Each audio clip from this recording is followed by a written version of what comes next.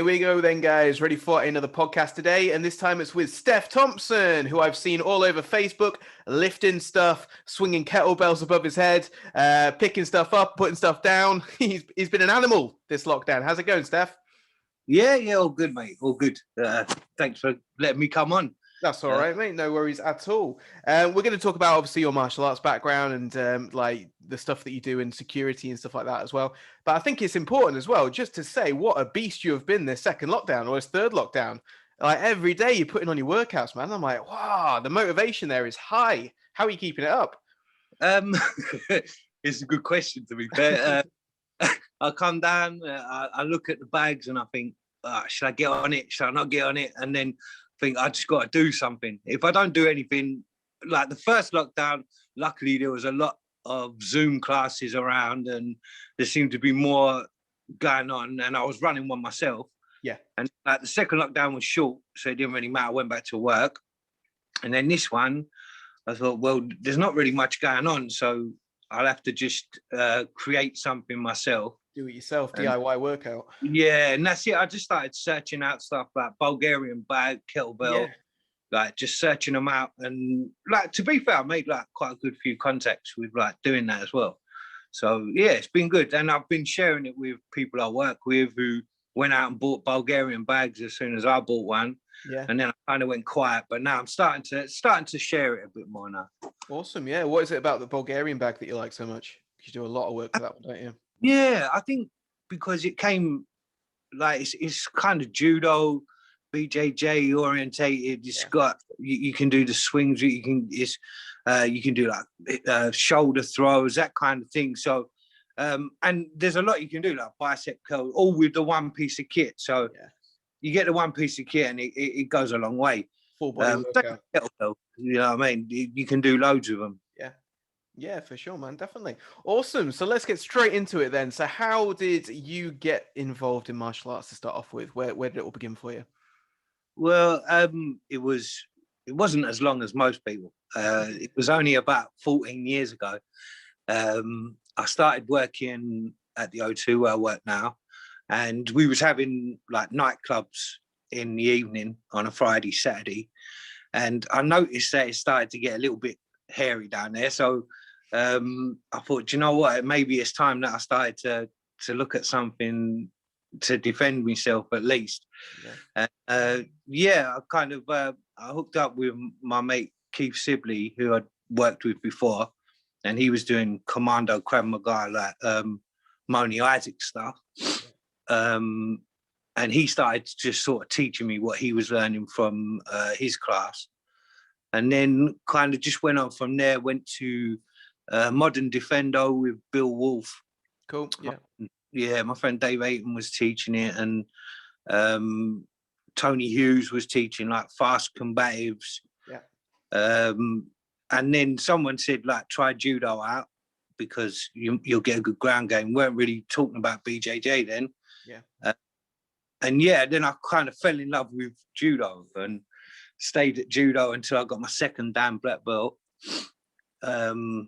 And then I got like, you get like a martial arts junkie. You want to do everything, don't you? yeah. Preachers converted on that one, yeah. every night of the week, I was trying to find the different things. I was doing like traditional jiu-jitsu, BJJ, judo, eskrima, just finding anything around the area that I could do. So yeah, that's pretty the first time. And then I started watching Luke Holloway a lot on his videos. And then one day he said, I'm coming over and I'm supposed to be going to Manchester, but the guys in Manchester can't arrange it. Would you like me to come and see you? So I was like, yeah, definitely. And I got the money together and got a couple of venues sorted and got Luke over, trained with him. And then I went over to Prague and trained. And then I got like a trainership with Luke Holloway and started teaching raw combat and raw silat. And that's pretty much up to like present day. I mean, also, sorry, I did do urban Krav Maga with Stuart McGill, Nagel, and that was awesome because that was before I went on to raw combat. I'd done his instructor class. which is 10 days of just pure getting the crap beaten out of you. And it's hard work, I must admit. But you get with Urban Krav Maga, I must admit that doing their ground game as well was something else. With Leon Nagel is unbelievable. And Stuart McGill, the philosopher of the mats, he's a good guy to go and train with. So yeah, that's pretty much it, really. Yeah, awesome. So you went in it kind of like the opposite way around to most. Most kind of do martial arts and then go and test out their skills, I suppose, or see what works in the security, door work, things like that. But you kind of did the door work and the security first and then found the martial arts after. Oh yeah, well yeah. To be fair, it was that made me find it, because it was getting kind of hairy at the time, and we had like 4 or 5 nightclubs open. It's not like it anymore. It used to be. This was like 14 years ago, and we had like 4 or 5 nightclubs. So every Friday and Saturday night there was sort of 4,000 to 5,000 people raving, and it started to get where clubs would empty out, and they'd meet each other, and we'd be like having chairs thrown at us, or people taking their belts off. And so I had to find something quick that I thought, yeah, I need to look after myself, especially going home as well. You go home on your own. Yeah. It's all right when you're on the front line with everybody that you work with. As soon as you hit the train at 6 o'clock in the morning, everyone's coming home with you. So you've annoyed someone, they're coming after you. Not a good time, yeah. No. This is something that's like, it's an interesting concept, because people often talk about grappling in the street and things like that. And obviously you said, you've got your judo background, you've got some of the groundwork from the crab and things like that. But what's your experience been like grappling in real life scenarios? People often say that grappling goes to the ground, like most fights go to the ground, things like that. You need a good ground game. What's your experience been as someone that's been on the front line, I think, I suppose? Yeah, I mean, I must admit, like, because security's changed a lot over the years, from the doorman that stood on the door and like could, I don't know, just deal with it one punch, not get them out of the way. Like now there's so much like body worn cameras, CCTV kind of thing. So most of what you do when you're doing security at events or anything like is a grappling situation. It's trying to get someone restrained. Yeah. And trying to stop them from like striking you or like hitting you or getting some way like getting the upper hand. So it kind of helped with judo give you like a solid base. And I remember a couple of times people where they've gone to just run and take me down, and I've been able to like maintain a base from judo. I definitely think it's judo. It gave me that takedown sort of defense, because with judo, they're trying to drag you about and trying to throw you, like it's full out. So, I mean, I believe that's what gave me the good base. But it is now. Every time you go into a situation, you can't strike, so you have to get hold of someone, and you have to try and restrain them and take them out of the building. And all that is just stand-up grappling work. Yeah, sure. And what do you think the judo was the main basis for you doing that then? So you said the takedown defense was mainly judo. What about the stand-up, like the anti-grappling, I suppose? Yeah. I mean, anti-grappling didn't really come along through the judo side of things. That was more Krav Maga and raw combat, like the stand-up, like anti-grappling, to get releases and to get round to a safer angle and maybe. No, I mean, like cover yourself and that kind of. So that came more in Krav Maga, raw combat. It was, just working your way out of a situation if someone's got hold of you, and to stop the grappling side of it. So yeah, that's where that came from. Awesome. And you said about learning the weapons side of it as well. Then, so obviously the silat and things like that. How did that all fit in for you? The weapons was more of a just like I enjoyed it. I quite like it, like knives, karambits, that kind of thing. It was just fun, and it still has applications, because like bladed hand to empty hand is pretty much it's all the same movements. There's only a set of movements that a body can make. Yeah. So, and that's what I enjoyed most about raw silat, is that there was only like the angles were like vertical, horizontal, and diagonal. Yeah. And so there wasn't, as in where I've done nickel stick or screamer and stuff like that, you've got 12 angles of attack and then attack or defense and stuff like that. With raw silat, it was just like vertical, horizontal, diagonal. Yeah. And that's all you had to sort of remember as you was doing like anything like stick, blade, karambit, is you just had to remember which angles you were coming in at. And yeah, it was just fun. Like I loved playing around with knives and grappling with knives as well. Like we used to do that in the combatives, like just get on the ground and start grappling, and then like one pulls a knife, and you know what I mean, just see where you go with it and see what happens. Yeah. And what's your thoughts on like resting on the ground then? So the ground game in terms of self-defense and in terms of what you do maybe as well then? Yeah, you need to have an understanding of it. You can't ever say you're not going to go to the ground ever in a self-protection situation. You're never going to say that, because the ground is slippy. Yeah. Stuff all over the ground. So you need to have a basic idea of it. You don't want to get pulled under someone, especially now. There's a lot of people out there that do BJJ or watch a YouTube video and do BJJ. Yeah.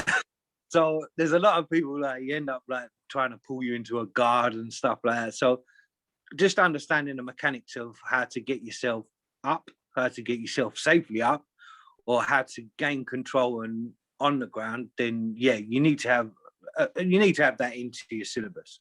Yeah, for sure. Awesome. Definitely. Yeah. And what about the future then? What do you think? Do you think things will change in the future? Have you seen a change in the past 14 years of doing security and things like that? Do you see another change happening when obviously clubs and stuff reopen, hopefully in the not too distant future? I'm kind of worried about when they open. It was hard enough during this like last like sort of few months from where we was getting shoplifters, and you was kind of worried because you obviously got a mask on, and then you had to try and restrain them at the back and make sure they're not spitting at you and make sure they're not breathing on you. So every situation you went to then was kind of hairy in the way that you didn't want anyone to get too close to you. Yeah. But sort of over the last like sort of 14 years, I noticed that like it's getting younger and younger, especially with attitude and the violence from youths nowadays is ridiculous compared to what it was 14 years ago. Right. It was more of an older generation. And now you get like a 14, 15-year-old kid, and you know what I mean, they're ready to try and take your head off. Like even though like you're fully grown man, they just don't care. So that's the one thing I did notice has changed, that a lot of youths just have lost like respect, and they're very quiet. They're willing to like go the extra step. And I mean, with this lockdown, and you're seeing like still seeing someone stabbed every day. Yeah. So like the youth are very, very prepared to take a blade and stick it in you.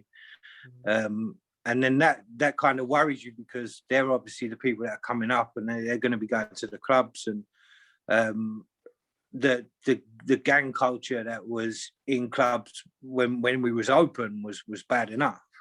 But yeah, especially around sort of the Greenwich area, there's a couple of gangs that don't get on, and we used to have them come down and meet up and stuff like that. So yeah, I think with the going forward, I don't know how they're going to do it in clubs. I don't know whether it's going to change with coronavirus or not, but yeah, we'll have to see what happens when they open up. But luckily, we haven't got that many clubs. We haven't got any clubs at the O2, so. Fair enough then, yeah. And what about your own training? How's that going to evolve then, do you think? What's your plans for when stuff opens up again, and what are you going to be focusing on? I think I'm going to definitely go back to MMA, kickboxing, boxing. I was enjoying that, and especially after doing the ghost Zoom lessons with. I saw you were on them. Yeah, with Phil. Yeah, mate. I tell you what, that done off. Even after doing just those lessons in the first lockdown, and then I went back to like boxing and kickboxing, and it was noticed, you know what I mean, that my head wasn't getting punched as much. Whoa, coming off the side. Yeah. And to be fair, I got punched a lot because I've never been a trained boxer or a trained kickboxer or anything like that.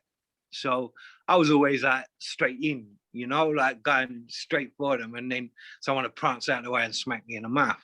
So like, yeah, with that, it definitely helped. And it made boxing more enjoyable instead of painful. Yeah, sure. Less cannon fodder. You got a bit more game to you now. Yeah, so I definitely be going back to that. Carry on Bulgarian bag. I think that's something that I'd like to look at in the future, maybe where I'm building up more of a collection of maybe going into personal training that way. Yeah. But I was speaking to some of the old judo guys as well. They're looking to do like a reunion.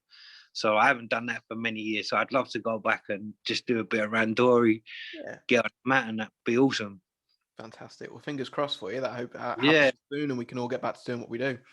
Oh, definitely. I mean, Zoom classes are good, but come on, it's not the same, is it? There's a limit, isn't there? And it's been going on for quite a while now. People want to get back and, you know, get back to training with each other and stuff. But yeah, hopefully the summer we can, fingers crossed. Yeah, even if it's just in a park or something like that, we need to get back to being like, I mean, interacting with people is going to be hard enough. But I know, right? Yeah, we'll become anti-social recluses now. Yeah, everyone's indoors like Zoom calling and doing like Microsoft like meetings, and just people forgetting how to like interact with each other, you know? Weird times. But yeah, fingers crossed. Awesome. So if you had any lasting advice then, or like last words for people that are interested in maybe doing security or things like that, and want to learn something that you think would help them, what would your advice be for people that were interested in coming to security in the future? I mean, security is nowadays is very governed. It's not as free as it used to be. There's a lot more that you're going to get in trouble for than you previously would have had. So security, I mean, it's exciting because if I work events, I mean, I haven't worked an event in like a year now. It would have been a year. The last one I worked was Kistry.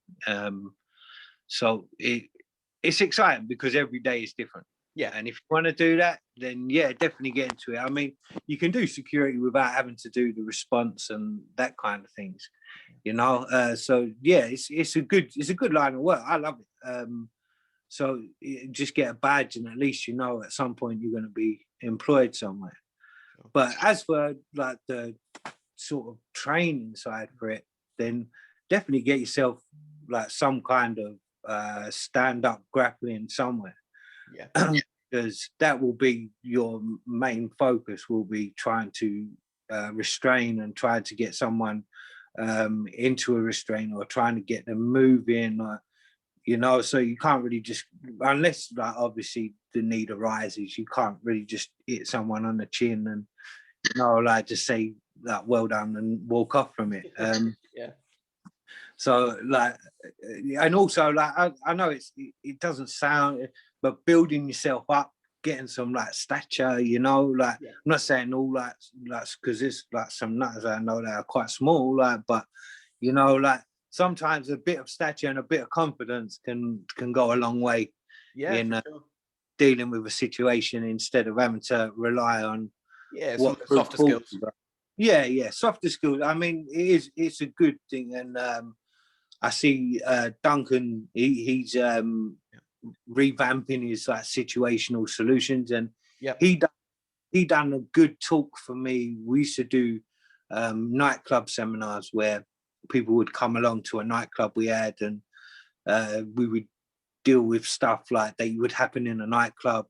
And then he came along once and done like a big speech to everyone on like the law and like what can happen to you and use of force and that kind of thing. So yeah, I think that's something that you definitely need to know. And him, and I know Russell and Hydra, they're all like together, and like with that great mix of people, you've got Duncan, who's like police background, he knows his stuff, and you've got like Russ and David, who like I've worked on the doors for years. It's like one older generation, one newer generation. Yeah. So if you're going to look at doing security and events and stuff like that, then they're the people to go and see.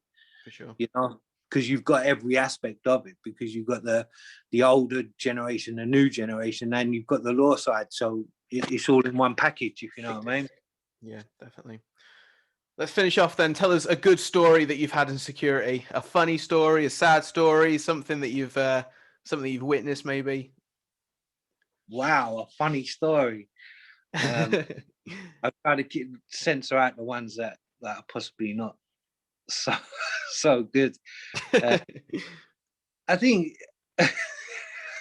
man, there's been some mental times, I must admit. Back in the older times, there was times where we would actually be like, you know, if you see it in a film or something like that, you'd see one line versus another line of people. Yeah. And remember when we had a nightclub called Ink Club, which is where we done the seminars in, and at the weekend it was just mental. Like it shut down, they had licensing problems, but it was mental. Like you could guarantee every weekend. And I remember one weekend we was just all there, and it just kicked on. And there was us, and there was like a bunch of other people, like, and it was like two lines of people, security. And I'll never forget, because the guy standing next to me, I remember I spoke to him, and he turned around and he said something to me. And as he moved his head, a chair flew past his head. And I always remember it because I was thinking, but if I didn't say that then, that chair would have just spanked him straight in the head. Yeah. And they were the kind of nights where you'd be like pushing people out. And I don't know if you've been to the O2, but yeah, all of the doors to the nightclubs then go onto the street that's underneath the tent. Then you'd have to take that and put it outside. So you'd have to take any incident from the nightclub into the street inside, to the outside, and to the station, because all of that land you was on. And actually, I don't know, I worked a deaf rave, so it's for deaf people. And I was like, this is amazing, you know, like deaf people coming out, raving and all that kind of thing. Yeah. And the music in there was just unbelievable, because it was just bass underneath the feet. And yeah, so I thought, no, there'll be no trouble with this. We'll get on with this, no problem.